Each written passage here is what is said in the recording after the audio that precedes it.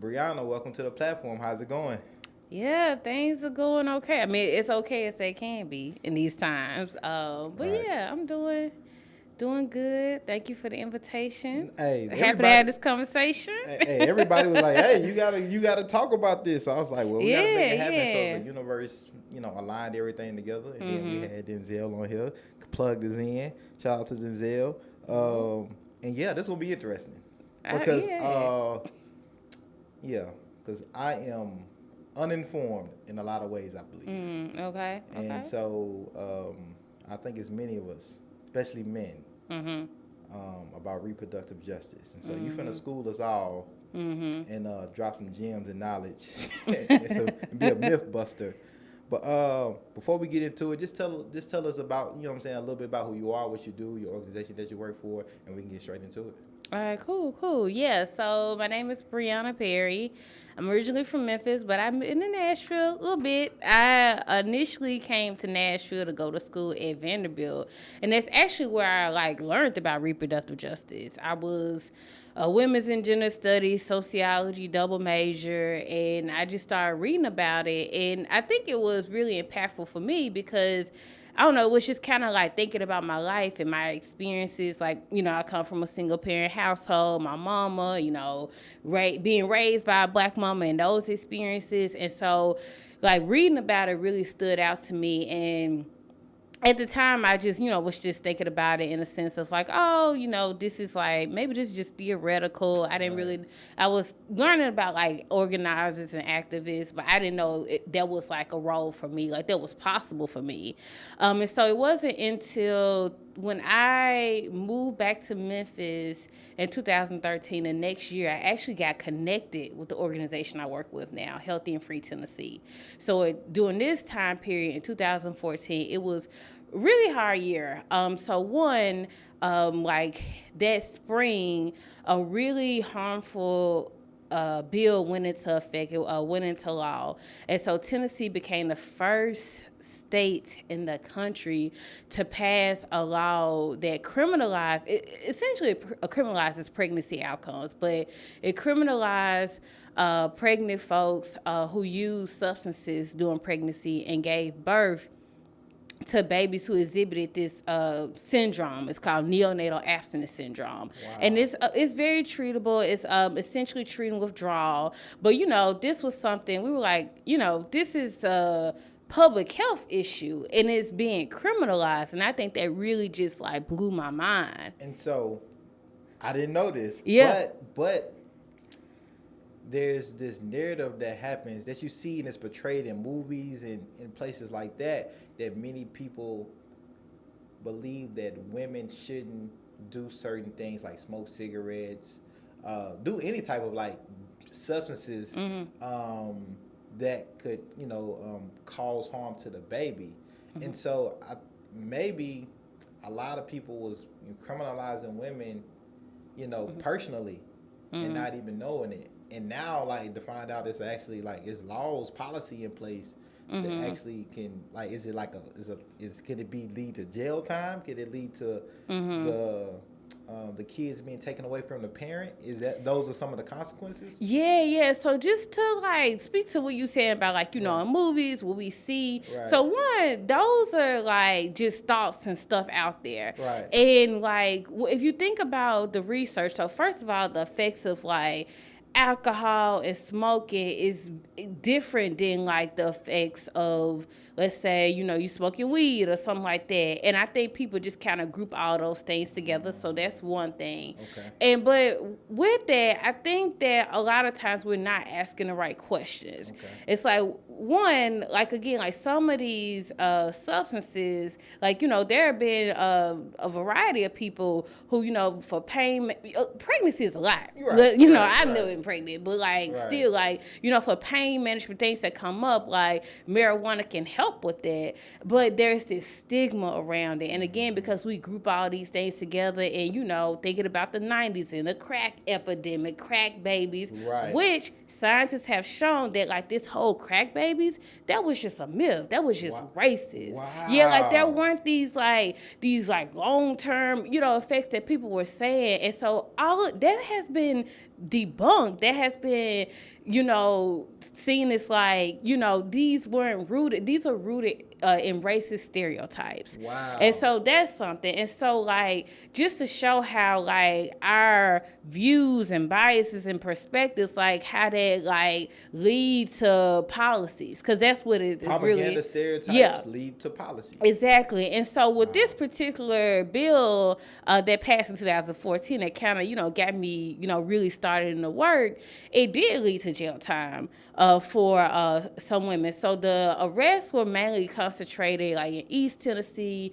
and then also in Shelby County, area, Memphis, where I'm from. And so it wasn't like, they didn't experience prison time. It wasn't like they were like going to jail or were sentenced to like 3 to 5 years. Right. But again, going back to like, why are we responding in this particular way? Right. Like, why are we ensuring that people have access to treatment? Right. When you think about, and this is something that came out in 2014, when you think about the amount of treatment centers, more have come about, since 2014. But at that time, it was slim. And then on top of that, if you have children and thinking about like treatment for you and then being able to bring your children, there were, not really any treatment facilities that allowed that. Wow. And so again, all of this in like poverty, all of these systemic issues on top of that. But to answer your question around like, do people like, lose their children because of substance use? Oh, for sure. Mm-hmm. And so that's something that like my organization, and also like me personally, I'm really passionate about, like with like these issues like criminalization. And we always talk about criminal justice and reproductive justice are deeply connected. Mm-hmm. Like there's like so many connections and like alignments, like what, the criminal justice and what's wrong with that system is so connected to reproductive oppression and what we're fighting against. Do you believe, okay, this is good. So between I say criminal legal system and not criminal justice system. You're right. I say criminal legal system, but I know some people, Justice is different for everybody, but I'm gonna call it legal. Criminal legal system, but we talking about the same thing. Criminal justice, criminal legal. Some people say criminal punishment system. Yeah, it is the criminal punishment system. So you're right. It's no justice. You're right. However you want to chalk it up and cut it. Let the viewers and the listeners decide. Do you believe reproductive justice gets the attention that it deserves? No. Okay. Mm-hmm. Do you believe because of that, is there a gender bias kind of reasoning on why? Because like we're talking about predominantly women being affected, right? Reproductive, right? It's women, right? And so do you think that has a lot with, okay, why maybe I didn't hear much about it or don't hear much about it unless like an egregious law is really passed, and then that's kind of when you start hearing like, oh man, like they not allowing like abortions, in certain states after 6 weeks or whatever, and then like it kind of fades away. Yes, I definitely think there are a lot of like systemic and structural reasons why it doesn't get the attention that it deserves. And that is so frustrating in a lot of ways because first of all, when we think about like reproduction and that impacting like so many genders, do want to say like, is, cis women, other like genders, trans folks, want to make sure we're including them in this conversation and their experiences with this issue. But as we think about like just from the beginning of history, like who's thought to be responsible for like one having a child and then raising a child, taking care of the child, and that has been put on women, people who are feminine or been feminized. And so because of that, and because we live in this sexist, patriarchal society, like those issues that like impact those folks have always been, ignored and erased. And so like now, there are different conversations and it's like all in the media because like what's happening with Roe v. Wade. And I think, like a little bit in our generation, like thinking specifically about Roe v. Wade, because like that's something, that was in 1973. We weren't even alive. Like some folks haven't thought about it, Right. but I think it still comes back to like because of the society in which we live and how like women in general, gender oppressed people, how they're treated, how like we don't like people don't get the resources they need, to take care of children. All of that is why like it doesn't get the attention. And that is why, as a man, as a black man especially, I tend to not talk about it because I really believe it's a conversation and a role that women should be leading, because you all are the one doing the reproducting in this country. But with that being said, is there a role that men can play in reproductive justice? Oh, absolutely. Outside of creating racist ass, biased ass policies, at the state legislature. Yeah. And that's the powerful thing I would say about the reproductive justice framework. So one, I will say, because I think we, hear reproductive stuff today, we like, one go to like, oh, okay, like, coat hangers. I mean, some of that's coming back up, or like people, Handmaid's Tale, stuff like that. Right. And those pictures and images. But reproductive justice is its own framework. So like, I think people like kind of like use the words like interchangeably and like, oh, reproductive rights, reproductive justice, the same thing. It's not. Okay. So reproductive justice is a movement that was started by black women, a group of black women in 1994, because they wanted to push for a more expansive way of thinking about reproductive and sexual health. So they were like, okay, one, everybody keeps talking about choice. Like, you get to decide your choice. And they were like, well, what does that mean when we live in communities that, all of this policing, we don't have jobs, we don't have adequate housing, we don't have education, we don't have the resources we need in order to thrive for ourselves, let alone have children. We got to be talking about those things because all of those things impact our reproductive life. And so with that framework, it includes so many people. So it is thinking about, yes, the capacity to reproduce, but also, too, like, what if you don't want to have children? That's these conversations around contraception and abortion. But the last tenet, and all of this is framed around human rights, is saying that we have the human right to these things. Right. And I know we don't talk about that in a lot in the United States, but it's like, no, this is our human right. This is about self-determination. Right. And what that means for black communities, especially how we haven't been able to live in self-determined communities for so long. Right. And so the last kind of piece to reproductive justice is the human right to parent children in safe, sustainable, and healthy communities. And so with that, again, there's this community approach. So like with men, and I know we're talking about cisgender men, there's so much work for men to be a part of that. Like going back to like how people even get pregnant, healthy relationships, all of that. Like cisgender men need to know about their bodies too. Right. They need to know about like how, sexual health, how pregnancy works. And then like if they're with someone who has the capacity to give birth, like supporting them through the process. We know like what's going on with maternal mortality and how that's impacting black women. Black women are 3 to 4 times more likely to die from pregnancy related like deaths.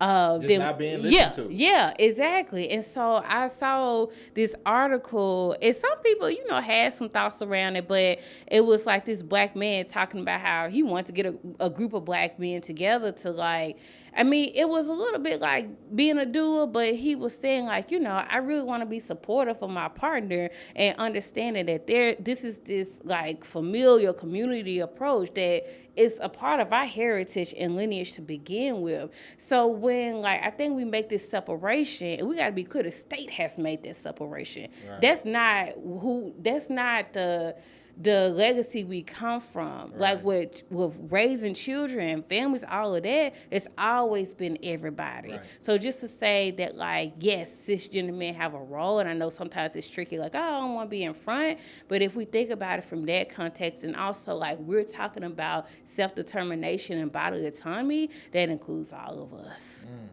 That's deep. That's This is why you're here. This is why you're here. We're gonna take a quick pause. Okay. This is fire right here.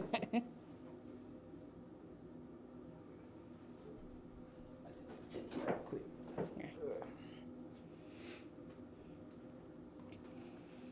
Okay. All right.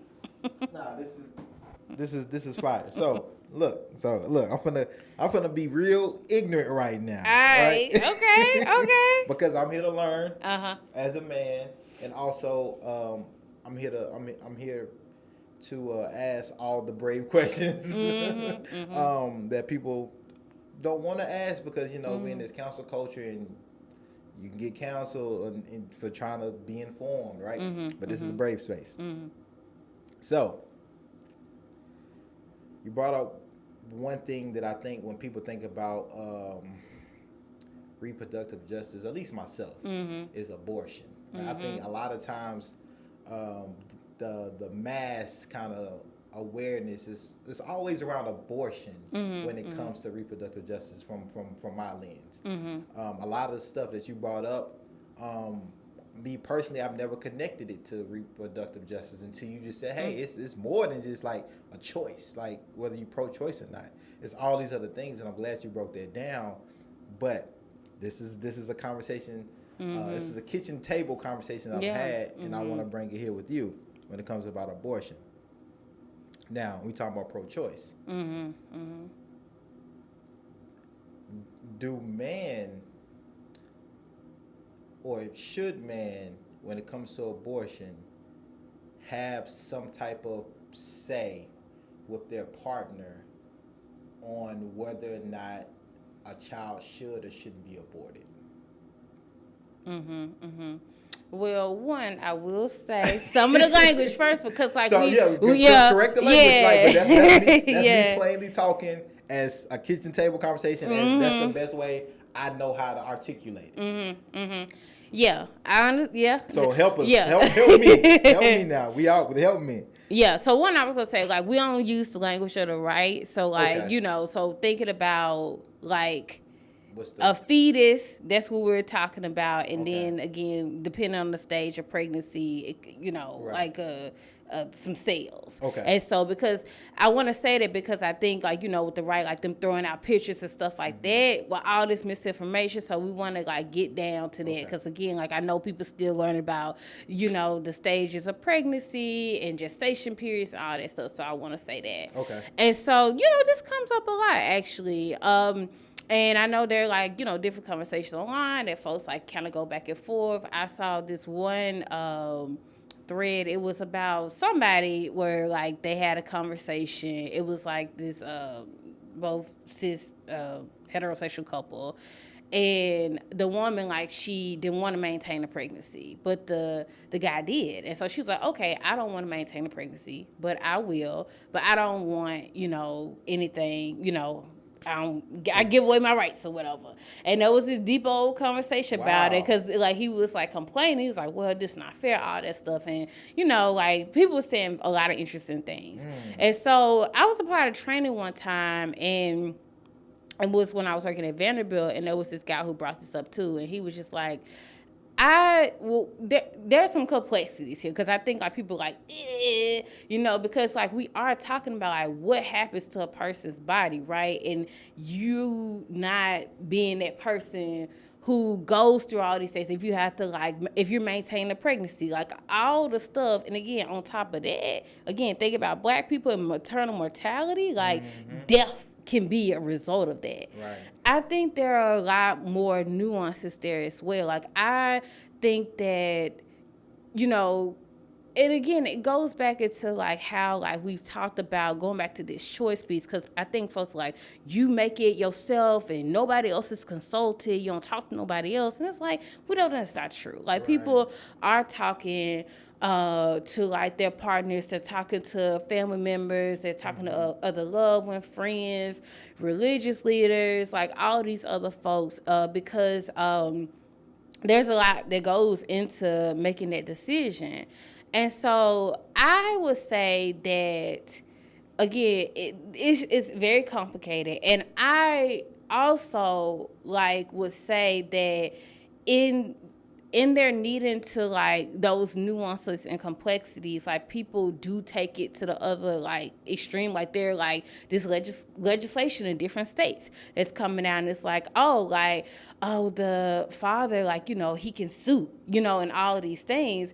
And again, going back to like, if we all go back to this issue of like self-determination, and bodily autonomy, and how we all need that. We need that individually and we need that collectively. Right. And again, what's going on there? Is there a matter, is there like you trying to control something? You trying to control like somebody else's self-determination? Right. Or is it really about like, hey, how can we have a conversation around like I want children? Right. Is right now not the time? Right. Or what resources? What do we need? How can we work through this? Right. Which is it? And I think a lot of times, like right now, where we are at right now, it's that control piece. Okay. And so like, how do we get to this conversation where it's like, hey, like I'm trying to hold all the things. I'm trying to think about, again, your self-determination, your autonomy.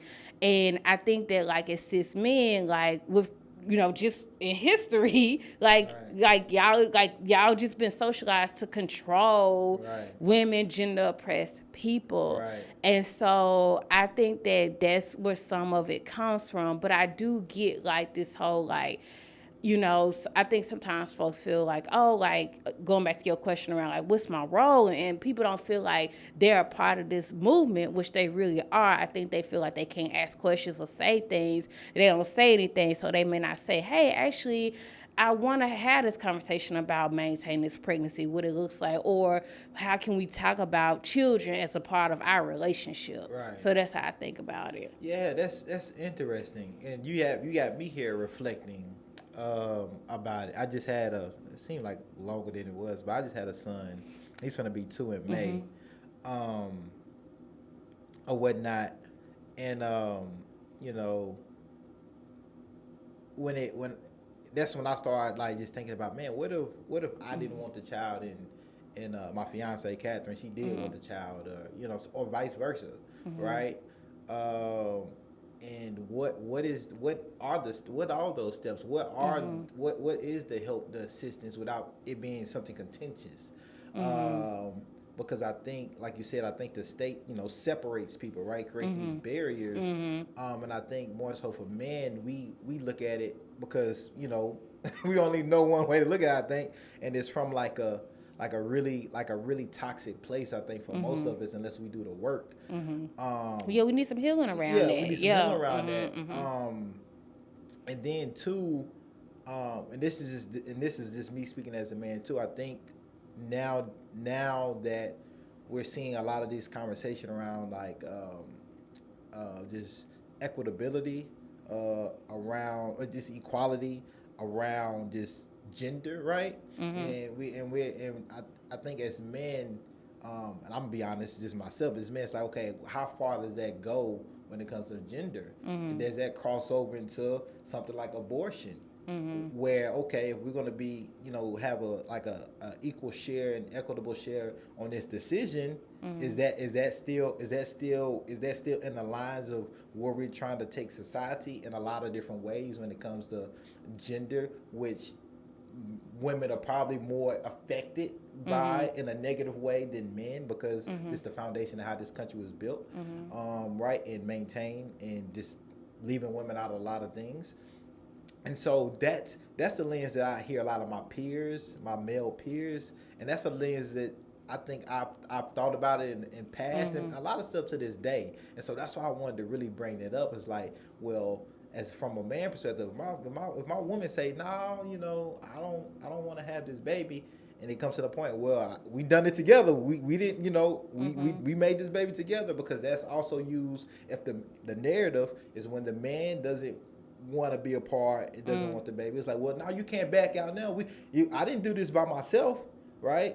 Well, is that still applied to the woman if that decision is she don't want it and I do? So those type of things from a male perspective is where my mind goes a lot of times. But I've never had the opportunity to sit down and talk to somebody like yourself that's in the sector, that understands policies and procedures, but also understand navigation to where if you're having those thoughts, or if it may be consensus around that, there's like healthy spaces, brave spaces, and healthy alternatives to where y'all ain't have to be butting heads and really sit down and really debrief everything. So I'm glad you broke that down for us, because I really think it's scary for men to talk about it, because again, a lot of us have that, oh, this is not my place, this is not my thing, but which it is though. But this is separation that's been created, I think, and I hope more men and women allow men to be a part of that conversation in a healthy way going forward after listening to some of the things you've talked about. Yeah. I definitely would say, like, I always think about, like, embracing the gray. Like, I think we want, like, either A, B, C, D, black, white. And instead of, like, hey, like, again, like, how have our families been structured by the state? And again, I'm thinking about black families, black communities here. And that's why I was saying, like, about this healing and us, like, just really leaning into that and thinking about, like, how to, like you said, like, have these conversations and think about, like, oh, like, like when you were saying about, like, oh, like, this dead narrative, like, that's out there, like, oh, you left, like, something wrong with you, screw you, all this stuff. And I think that we really got to check. That's what we're working against, is what I'm saying. As we, like, reclaim, like, so much. And really get into a space, like, how do I honor you as a person and your autonomy? How do I honor mine? How we, again, get to this place of, like, really thinking about self-determination, and that, like, that's not control, right? Like, that's, as a part of that, that's love, that's thinking about, like, again, there are complexities, there are nuances, and, like, also, like, having, like, these deep, sometimes, like, frustrating, complicated conversations. Very uncomfortable. It's been uncomfortable for so long, but I don't think the answer is, like, I ain't gonna touch it. I think it's, like, let me learn, let me think about this again. And let me, again, get to really the root of this. Because sometimes you gotta really check yourself, like, like, this is bumping up against, like, I just want to do what I want to do, and I'm a man, and you've been socialized to do that, and how can we get to a different place together? I know in this conversation we've had, and I, again, me being a man, we kind of spoke on kind of the control that man could have. They could be toxic. Now, is there also toxic controlness in that women could have in this space? And if so, what does that look like? I would say that we've all been put into specific roles. So that's, like, the big thing about gender. Is that, like, you're a woman, and again, it's very binary. Like, we don't think about the expansiveness of gender. It's like either man, woman, that's it. And it's like, you as a woman, these are your expectations. This is your role. This is what you have to do. And, like, with that comes all these other things. And when I was back at Vanderbilt, like, even though this was thinking about, and I will say that, when we think about Black and other, like, women of color, like, this experience of motherhood is very different than, like, that of white women, since chattel slavery. We're gonna get into that. It's coming up. And so when I was at Vanderbilt, I was reading about, like, it was, again, from white women's perspective, but how, like, motherhood was just seen as, like, the thing you should reach. And even though that was for, like, white women, I think about, like, also the women in my family, other women, folks who are older than me, women who are older than me, who's like very much so like, oh, I'm supposed to be a mother. All this is on me. I get to shape everything around it, which again, that was like being told to them and put on them. Then with the man, it's just like, oh, okay. Like I said, going back to the deadbeat dad or whatever, like I'm present, maybe I'm not, and like when it comes to like raising children, like, even in the same household, I'm gonna go to work or whatever, come home, chill, Right. not even thinking about all the stuff like goes into taking care of children and stuff like that. Right. So I say all that to say, like, I think about it from that perspective. Like, I think in like being like having those roles put up on us like that, then it did lead to some toxic stuff, some toxic elements, and us like again, like we've all been socialized how we've been socialized, and it could come out in like some very ugly ways. Like we were just talking about how these conversations can become very tense. And so, but I think in everything I like to do, I ask the why. Why is this happening? Why are we at the point we're at? Like get into like really the root. And I think it goes back to those roles. And so if you're thinking about like a cis woman and like, having children and all of that, I think it can like sometimes like seem like, this may be like a toxic thing or like frustrations or whatever. Right. But again, like not thinking about like, okay, patriarchy, sexism has like put like, and again, it's like put all of us in these specific roles that become fixed in a lot of ways and you can't get out of it. And so when something is fixed like that, it's like, you can't move. There's no flexibility. There's no fluidity. You stuck there and it's like, again, like all that stuff comes out and like, some nasty ways sometimes. How do we? Because it from learning as we going through this, it seems like we all in a way have kind of been conditioned, right? We've been conditioned, exactly, and we just going along, right? With the conditioning. Well, hey, like. My mama did this, her grandmama did that. My daddy did this, his granddaddy did that. Or if he didn't know his daddy, his mama, this is what he figured out. And then this was, I guess, this worked kind of. I'm kind of an okay person, right?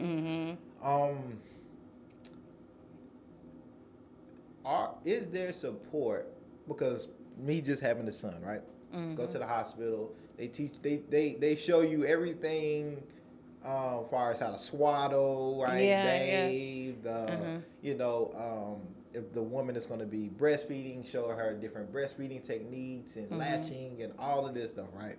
And most of the time, the man, you just there, just watching, because even in that element, they're catering everything to the woman, like as if the man just, hey, this is your role, just because your role is there, right?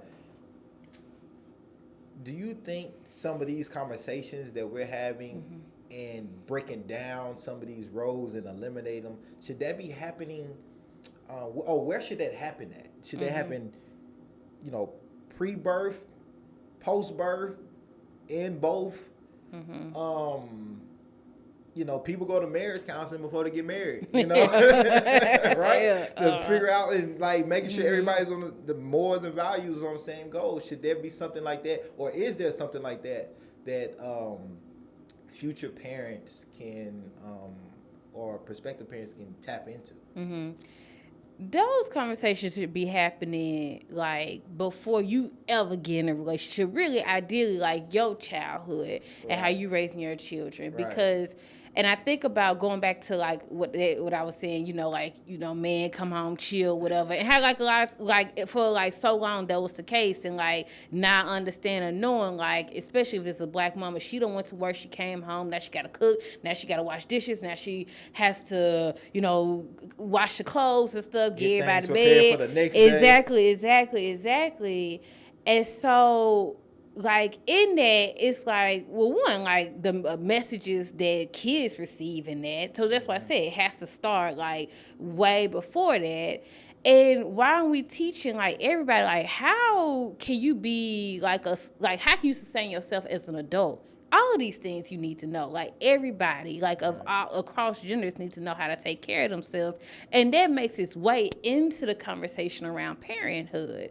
Because yes, like if you know, like you had the baby and like breastfeeding, like yes, there's like a different role within that, but it's not that like there isn't support. Like folks can definitely like, yeah, the person is pumping, but there's support in it. Right. Again, I just think going back to those expectations and roles and how like you said, we've been conditioned. How we learn. Yeah, Like, how do we unlearn it? that? Yeah, and it just takes a lot of work. Like it takes like, well, one, like it's really like a communal thing that has to happen. And I, see people like, different conversations, like how they like, this how I'm thinking about my childhood and what I learned. Or like, let's say it was like, brother, he's like all these things my sister was expected to do or whatever, and how that impacted me. Because that's something too we need to talk about. Like patriarchy has a harmful impact on men, Yeah. And so,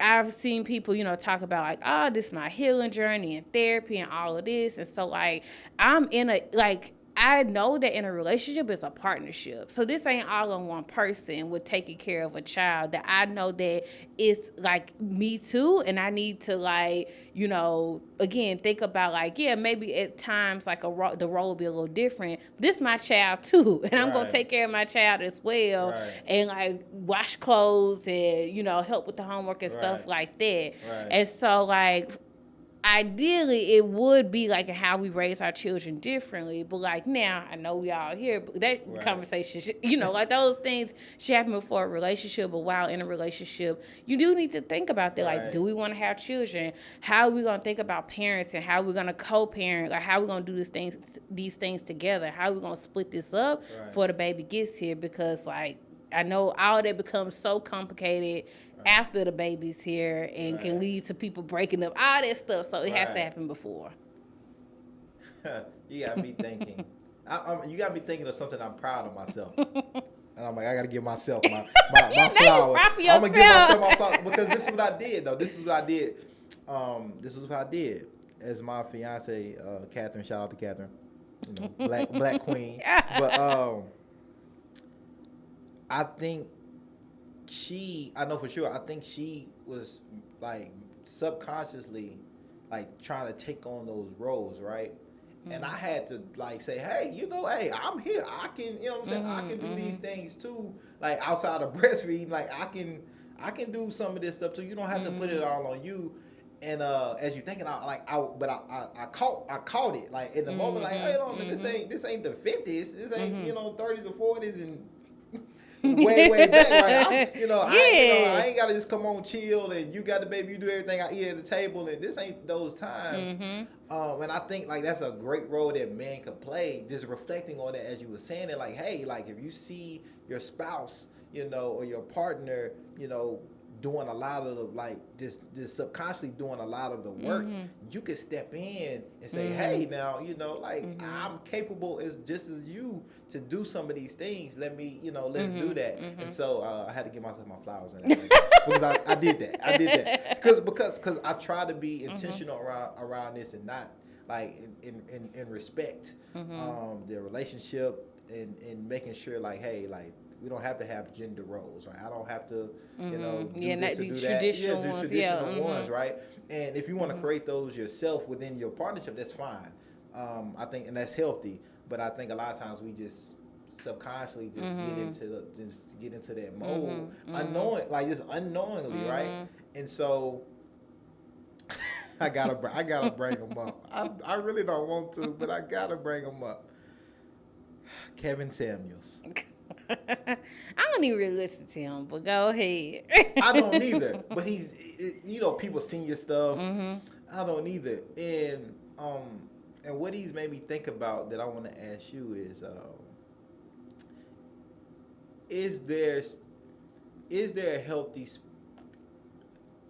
still healthy spaces where it's not toxic, where it's not harmful, where these traditional gender roles that still exist, but or they're just real traditional that, hey, men did this, women did that, and that's that. Is there still a place for that in today's time? To where if you're a woman, and all you want to do is like, hey, I want to come in and just clean, cook, do all these traditional things, and as a man, I just want to pay the bills, go to work, and have to and do nothing else. Could that still exist today? Is that healthy? Because he talks about all of that. What does he call it? High value man stuff, and this is what they want, and the women come over there and say, hey, I want a high value man, but I don't want to play the role that a high value man may want me to play, and X, Y, and Z. But I just had to ask you about that because we had to. I had because I like I'm gonna be the one. I'm gonna be that person right now to get it on out there because we have you here, and I want to take advantage of that and take advantage of your perspective and what we can learn and change not only my perspective but also people that's hopefully watching and listening about how they think about these things in these conversations. So with that, well, one, like, the first question that comes to mind is, like, who really benefited in those, like, that traditional role, like, the setup, let's call it that. Right. And this has been, we see this on social media too. Like, look, we can take it all the way back to our great grandma, right, and let's say, yeah, she cooked, she cleaned, and, she had, children, 5, 6, maybe more children. And people like, oh, they don't make them like they used to. They, my great grandparents were married 40, 50 years. Well, first of all, like, let's even think about that. Like, I think sometimes we read into like what's possible now into like 50, 60 years ago. So our great grandparents, like, we thinking about a day when like women could have a bank account. Right. Well, I mean, right. Couldn't work. Couldn't do those things. Yeah, right. And so like we're really like everything was structured where it was this big dependence on men. So like I think we have to think about those things, like what was going on where like this was the case or whatever. Right. And then also too, sometimes we like misremember, maybe don't know, because like even in those situations, like black women have always worked outside the house. So we didn't have the luxury of being like this housewife. And I think sometimes we like, oh no, this was definitely the thing, when it's like, no, like black women domestic workers and cleaning people's houses, white people's houses, and had to come home and still do that stuff. Right. And like you saying, the daddy, like, oh, I'm just chill, whatever. Both of them were working. Right. Both of them were working, though. Right. And so let's think about the impact of that. Okay. Because, like, great-grandma also had all these conditions, health-wise, and probably was depressed. And they didn't have a language then, or it was just really, really stigmatized. Because, right. It wasn't like people had therapy in the 40s, 50s, like... We just not trying right, to... Exactly, exactly. Just internalized it. Yeah, exactly. So, when I think about, like, these traditional roles where it's kind of like this... I think we're like, oh, like, it's equal. But it's like, no, there's an imbalance coming into it. The fact that, like, let's get on the same page. Like, even when we take it back to the 40s and 50s, black women were working outside the household. They were domestic workers having to do all this stuff for somebody else's family, come home, having to do all those other things. That's not... it's right. Not like, again, it's not this whole, she was just cooking and cleaning and stuff like that. Right. But let's even say, like, that still, like, let's say there was this, like a scenario situation where it's like, well, no, actually my great-grandma, my grandma, she did. Like, she was a housewife. Why, with that too, like, how, like, it, in our field we call, reproductive labor, but, in movements is reproductive labor. How, like, even with this whole thing, well, like, what if, like, the man just want to go work and pay the bills, and the woman, she could stay home and clean and stuff like that. First of all, I don't see that as work, too. Right. It is. Right. So, like, again, going back to a situation where, like, you had to go and work outside the house and then come home and do all those things, that still is work. Right. And somebody, like... Because as we think about, like, stuff with, like, domestic violence and stuff and how, like, financial stuff is a part of that, like, again, somebody still having like this sense of control or whatever. Like, I don't think, like, I think that some people, you know, I talk about it with folks, they're like, oh, you know, feminism, you feminists and stuff like that. And, you know, like, ugh, like, you know, women don't want to be women and all this stuff. And I was like, those are the narratives. That's and why I'm we like, here to break it down. I'm like, yeah, people don't want to be doormats. People don't want to, like, again, I gotta, like, cook clean, no type of, you know, thank you, no type of gratitude, and then like be on my way to my early death, you know, because of like the impact of that, and again how it's still patriarchy that's structuring that. So what I hear in those, like, well, can we go back to these traditional gender roles? It's like, can we go back to a time where like there's this, like, I can, you know, you do you, and I'm like, there's disrespect that's a part of that. There's not this, like, you know, seeing you in your full humanity. And so I think that's how I hear it. But I think if people are saying, like, hey, can we have these conversations about, like, how we want to divide up, like, household labor? Yes, but again, making sure that we're checking for, like, is there this imbalance? And, like, going back to, like, who initially did all these things benefit? And again, historically, it was men. And so I just can't get that out of my head. No. That's why I hope the men are listening and tuning in, and that's why, like, this is a discussion for women, for a woman to be involved in and to lead. Damn, I'm learning so much, and you got me thinking right now about, like, the benefits of that and who it benefited, and why it makes sense why many men you still hear want that back, right? Or want that type of woman that'll play that type of role. Instead of asking, again, going back to, like, how can we all learn how to take care of ourselves? Well, like, everybody knows how to cook and stuff, instead of, like, can you do this and take care of me type of sometimes mentality. And you hear this a lot. Well, I say I hear this a lot. You probably hear this a lot too, because in the black community, because we're black. And it's one of them things that you had me thinking that I never really thought about. Like, you know, I hear it all the time too. Just, man, they don't make them like they used to. Black women used to do this. Black women used to do that. I need to get another type of woman because black women are not doing X, Y, and Z anymore. You know, and a lot of it is, I think a lot of it is, one, black women and women in general have more opportunities, right? Can have the same type of jobs, better jobs, and make more money.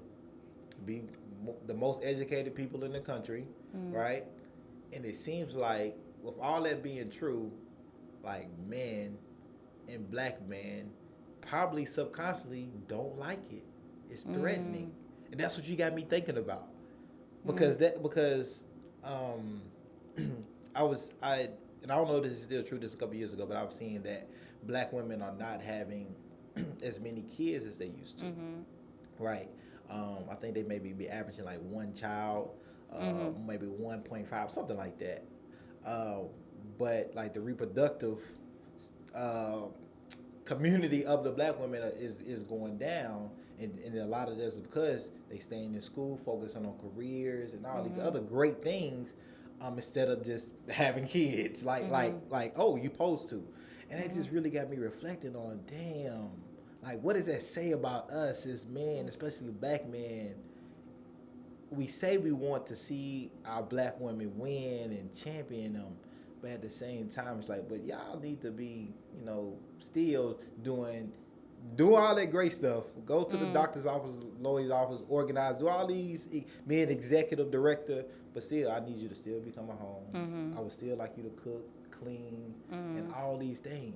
We add so much of y'all. Yeah, and I think that's what it has me thinking, because I wanted to say, like, you know, going back to that, like, can people have conversations about, like, yeah, what works for our relationship, but it's not being like you supposed to. And I think that's what I'm getting at, because like, there might be a woman, like, she loves to cook, she really good at it, and that's what's been discussed, versus like, oh no, I'm expecting you, like, you know, if you don't know how to do it, something wrong or whatever. And I'm like, you don't know how to cook either. I guess we're not eating. Or, like there's a negotiation there. And I think, again, going back to this traditional gender roles, I think there, again, was like, you need to do this. It's expectation versus like, let's have a conversation about what works for us. It is not like tied to this, like you have to, or, because you this or whatever. I did want to speak to something you said, because I think this is something that we all should think more about. And you brought up like, oh, black women aren't having this many children, and also like that's like the U.S., like the birth rate has significantly declined. Like I think it's been the lowest in so many years, like over the past 5 or so years. And so one thing, and I think this is a really big piece of reproductive justice, what I was saying earlier, like what are all the resources you need to like, one, thrive as a person, but also like for your community to thrive and for you to have children. And how like with the state, like a lot of, even where we are now, even with the pandemic, like people losing jobs, people like, women are leaving the workforce and not having just access to the resources they need, like childcare, all of these things that, again, go back to like somebody's like am I going to maintain a pregnancy? Do like again in this larger context, like these decisions are being made in this larger context.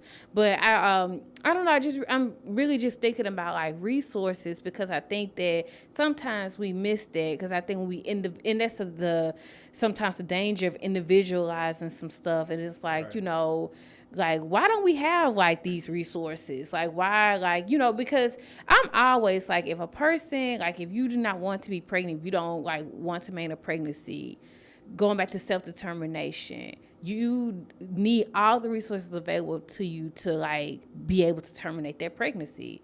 They're like, especially, and I think there's this conversation too, like within black communities, and some folks, just say all kind of stuff they've seen, but like being able to exercise that type of self-determination is something we never had, the ability to do, or like often it's been taken from us. And to like have control over your body like is key.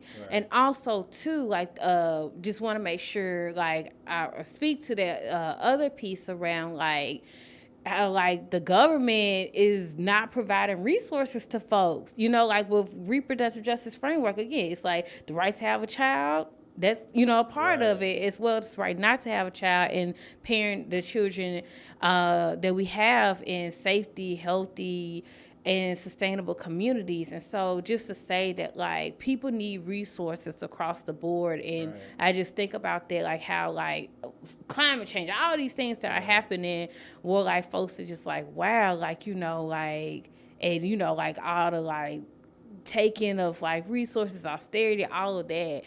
So that's just something that I'm like, yeah, I think about that, like people like with resources, that's so important. And I want to throw this at you and see how this ties into resources. And this is hey y'all, I'm taking all the hits for everybody today, because I've said this myself. I'm being vulnerable. I said this myself, and I want to see is this toxic? What I'm thinking or what I'm saying, that because of many people's circumstances. When I say people, women, circumstances. I ain't gonna say just women. I take that back. Couples, partners, when they are pregnant, about to have a baby, I've looked at people's circumstances and said, hey, I don't think they should be having a child because of their current social, economic, living conditions or what have you. And me thinking that I'm thinking about, hey, is that the best environment to be bringing in a new human being, a child, into the world? And I'm pretty sure we've all heard that. Hey, it's a phrase like everybody ain't meant to have kids, that type of thing. Is that toxic thinking on my part? Is that wrong? What is that like when I see with my eyes like maybe you shouldn't have that baby because of these other social things that are that may potentially affect the livelihood, the health of that child. Mm-hmm.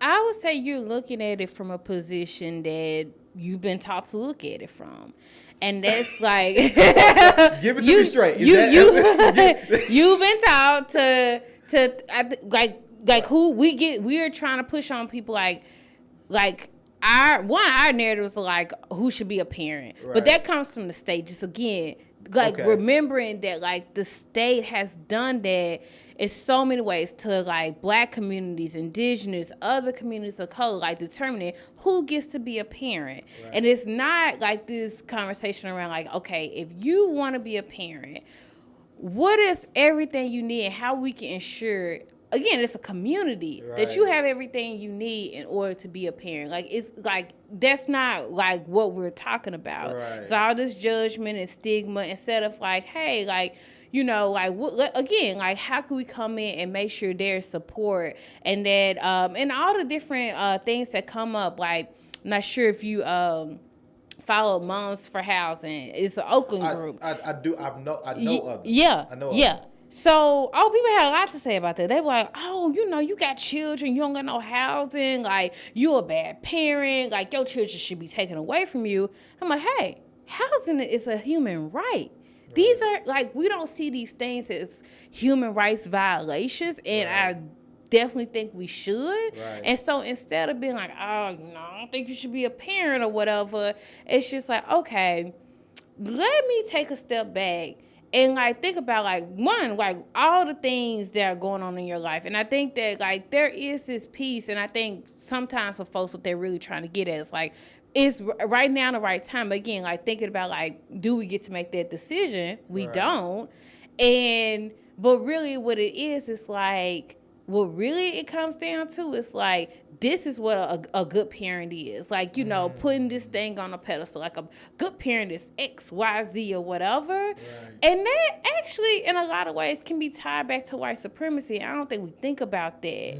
And that's just so key to this conversation. Right. And in a lot of ways for me, like, how these things tie back to, like, how, like, white supremacy has structured parenting, has structured so much about our lives. And so that's why I say, like, you know, you've been taught, like, white supremacy has taught us to be like, oh, let's do this thing because, like, this person, like, is poverty, that's that issue, or this thing, or let's say it's substance use that they're struggling with. Like, nobody's thinking about treatment, nobody's thinking about, okay, what led to this. It's just like, oh, like, you this bad person, we gonna do this, you don't get to be a parent. And, like, again, the state has always done that. They have always decided for folks who gets to be a parent. And again, everybody, I'm taking it here for everybody, so I hope y'all picking these up so y'all don't have to, you know, look crazy when y'all ask this stuff.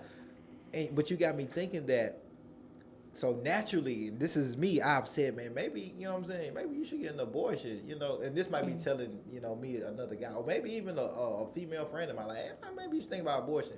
Maybe that's not the right advice, or maybe that ain't the only solution, right? And I think a lot of times that, like, we think the only solution when we don't have those kind of projected social resources that we believe we should have is like, well, let me abort the child until I'm ready, or projecting abortion on people, when the question probably should be like, well, okay, what are resources that we could tap into, or what are some things that we can, or conversations that we can have with people that know how to navigate this situation.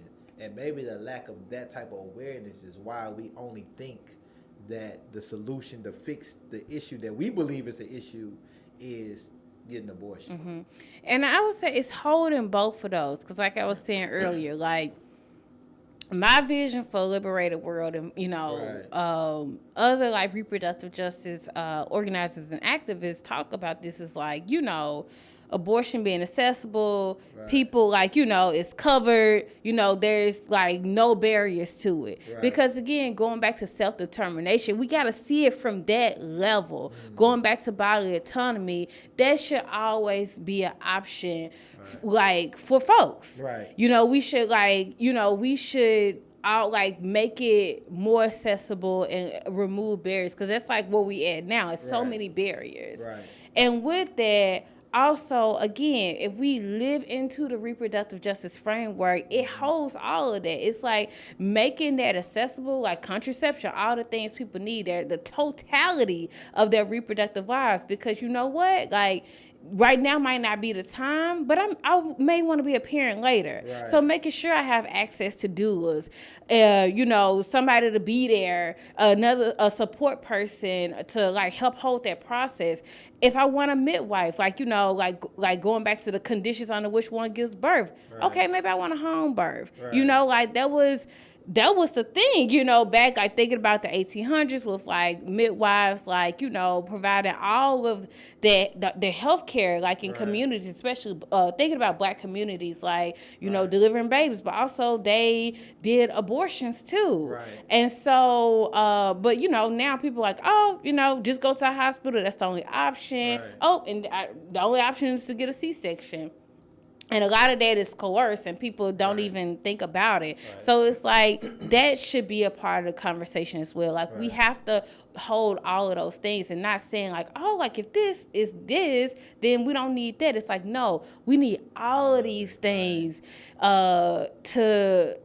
to be, again, I keep going back to self-determined people and like living in self-determined communities, but for liberation, like all of this is important. Man. And again, going back to, like if somebody wants to be a parent and is thinking about parenthood, we should give them all the resources that they need in order to do that. Right. And so we have to hold all of it and not take one piece out. Like it's about all of it. The framework is about all of it. Right. Damn, I'm learning so much. Like, are you schooling me right now? I'm sweating. Like, damn, what did I just say? But you, like, this. I really hope people are really self-reflecting on their thoughts they've had about this, and that's what I'm like trying to intentionally do in this conversation. Be honest with myself and say, what have I thought about this process? From a man's perspective, right? How have I thought about it, and what can I learn at this very moment, and just bravely ask, right? How does reproductive justice look for Black women compared to white women, and where does biases, racism, discrimination, structural racism, white supremacy play into that? Yeah. So again, this goes back so far.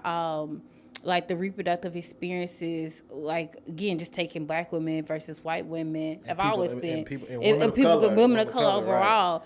Right. I actually teach this reproductive justice, or co-lead this reproductive justice class at Vanderbilt now. And we're having these same conversations. Like they just read a chapter of a book, Reproductive Justice and Introduction, by one of the founders of the Reproductive Justice Framework and Movement, Loretta Ross. But, she was going through, like, again, doing chattel slavery, how, like, Black women, enslaved Black women were bred to have children, how they had to work up until the point of labor. They had, there was no prenatal care or anything like that, no type of, like, support around their pregnancy and delivery.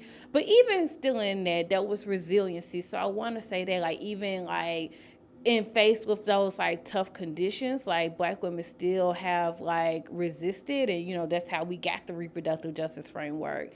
So parenting with white women and like their pregnancies, and thinking about how Black women, like had like with the breastfeeding, like in breastfeeding white babies and stuff, and not being able to breastfeed their own children. So just to say, like, it starts like far back. If we think about indigenous communities, like the removal of land, we call all of this reproductive oppression.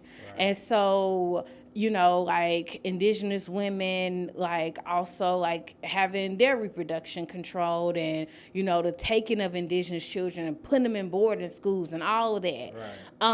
So like fast forward to today, so a few issues come to mind. I've already talked about maternal mortality and how that issue impacts Black women, and, like black women are dying. Right, You know, like right. that's Like it's the dangerous. bottom line. It's dangerous to Yeah. give birth. Like, And it's so, life-threatening. and you know, it's racism. Like they, Right. like people ask, like, wow, why is this happening? And for so long, it didn't get the attention that it deserved. And now there are groups like Black Mamas Alliance, other groups, like there's a Black Maternal Health Week that happens in April to uplift those narratives and, the availability of doulas. Like my organization is like working on legislation to ensure like that, more people have access to doulas, and doulas are, compensated for their work.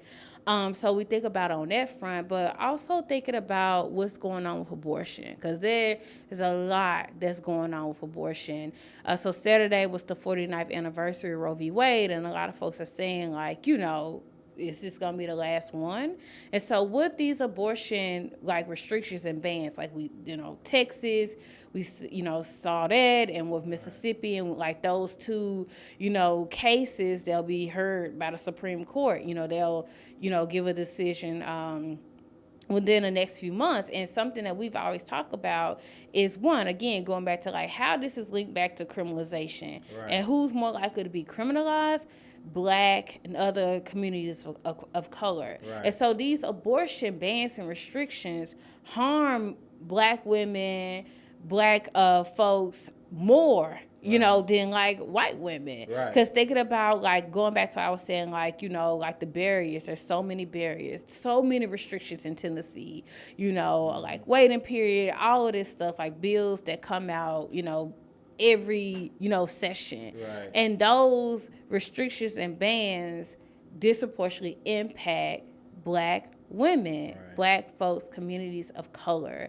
And so, just, again, not having access across the board. And, with white women who, like white middle class women, like they'll always be able to access that and can, like, get their insurance, like private insurance to cover it and stuff right. like that. But thinking about, like, Black women, like that's not the case. Right. I think some other issues that are coming to mind, like, and, like in the vein of reproductive issues, like I read this article a few years ago about like fibroids and then also cervical cancer. So fibroids, like Black women are disproportionately impacted by fibroids. Fibroids can have a huge impact on fertility. And so, going back to, like, if someone wants to have children and they're not able to, and again, like, these kind of, like, questions, like, well, why, like, Black women disproportionately impacted and they're not, like, receiving the treatment that they need, going back to racism, right. Like, overall, and then in the healthcare system. And then I read this article about, I believe it was this community, this town, I want to say in Alabama. If not Alabama, it was Mississippi. But it was this town where, like, all these Black women were dying of cervical cancer.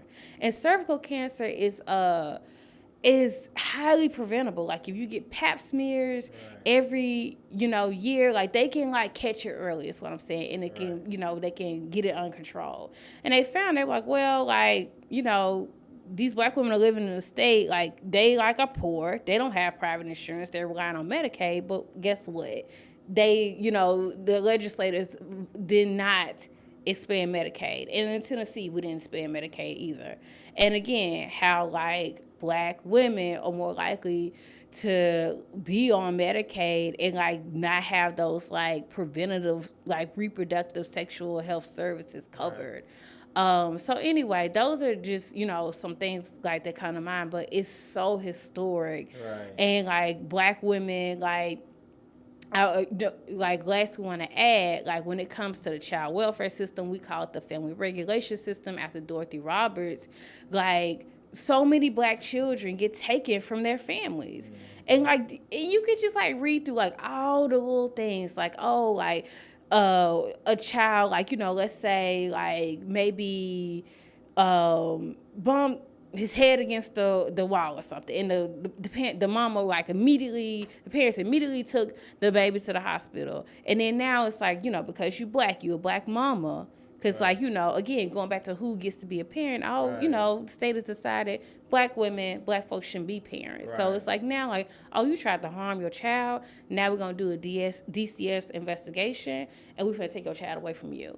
And so that's another reason. So, again, like, just tying it all together. And, again, like, ultimately, going back to the last piece with reproductive justice, like, so many children are being taken away, and that's impacting black women more than white women.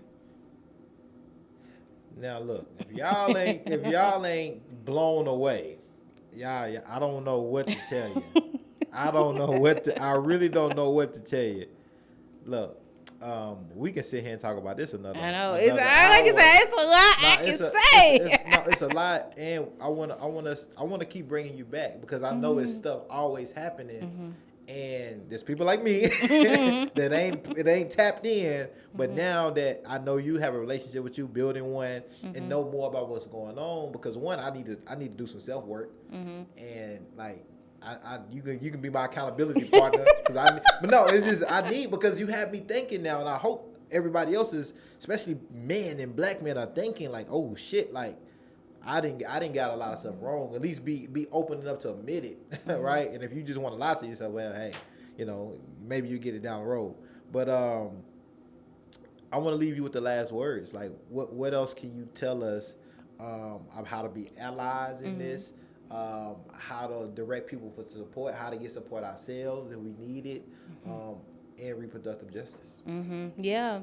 Well, I am going to plug my own organization's work. So one, like I said, like we are really like just deeply committed to the reproductive justice framework and uplifting all of these issues. Again, thinking about like how can we protect abortion, increase abortion access, how we can ensure that like folks have access to doulas and other like resources for maternal care, and you know all of these other issues. How can we ensure that like you know the family regulation system that's a part of the defund work. We need to defund it too. Like these families need to be kept together.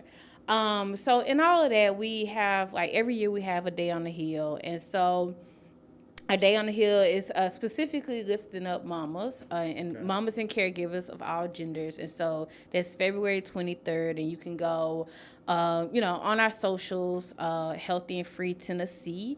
And so we're asking folks to come out, like learn about the issues. Like one thing I didn't talk a lot about and something that we've been working on is this anti-shackling legislation. So, pregnant people in Tennessee are shackled during labor and delivery. And like that's a very dehumanizing thing. And so like, other states have passed anti-shackling legislation. We want Tennessee to be one of them.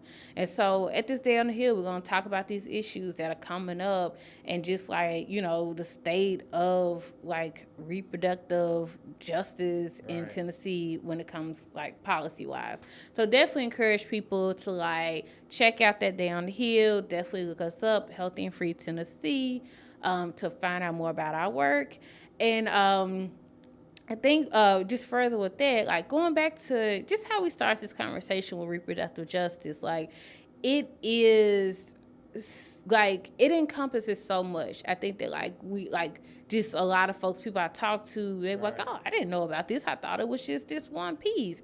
When it's like all of these pieces, and it's about like our human rights. It's about our self-determination.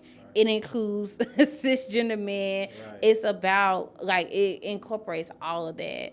And so like it's a framework that like we like lift up and think, it's like gonna get us to liberation, help us build power, and that like we need to be paying more attention and not just see these issues as separate, but like reproductive justice allows us to see like all of this stuff is connected. So like I'm thinking about all of this like before I can even think about like all these other things with like having children and what have you.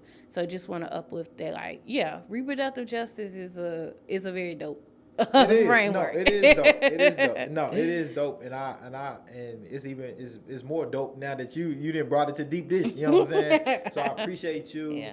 I can't wait to have you back to talk about this more and whatever's currently going on. Mm-hmm. So thank you for your time and being available to do this. Yeah, thank you. No, you're welcome.